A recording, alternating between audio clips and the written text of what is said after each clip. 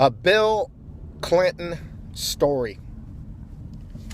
I remember vividly, it was in the late 90s. I was sitting in my home at 1106 East Everett in Fresno, California, the 93720, which at the time was the best zip code to live in.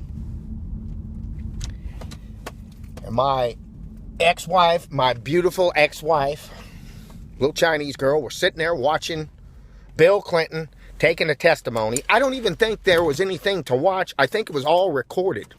I believe it was a recorded conversation. And they were asking him all about his relationship with Monica Lewinsky and so forth and so on and all these questions. And I started listening to it, and at the time I was a ditto head. I was a Rush Limbaugh ditto head, a right-winger. And I realized after a few minutes that, my God, these guys are a bunch of goofballs. And Bill is I just called him Bill. I don't call Mr. Clinton, and Mr. Clinton was a cool guy. And it was pretty apparent that they sounded like a bunch of idiots. They did. They sounded like a bunch of goofball idiots who were talking about a bunch of stuff that nobody gave a damn about. Right?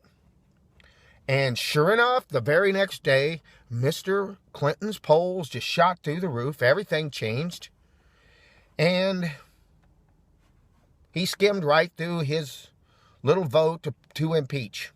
Which, remember, a vote to impeach means you vote to the impeachment means that you vote to impeach, the way I understand it. And then they actually have to go through a long process to do it.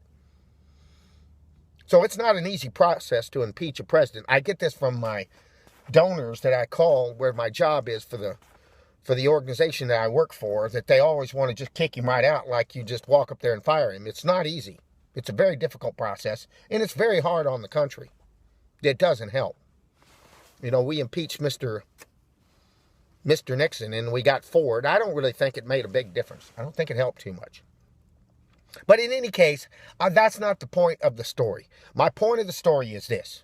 This guy just comes out. I don't know if it was the next day, but a few days later, he just went up and gave a speech, and that was the end of it. And he pretty much declared victory and moved on.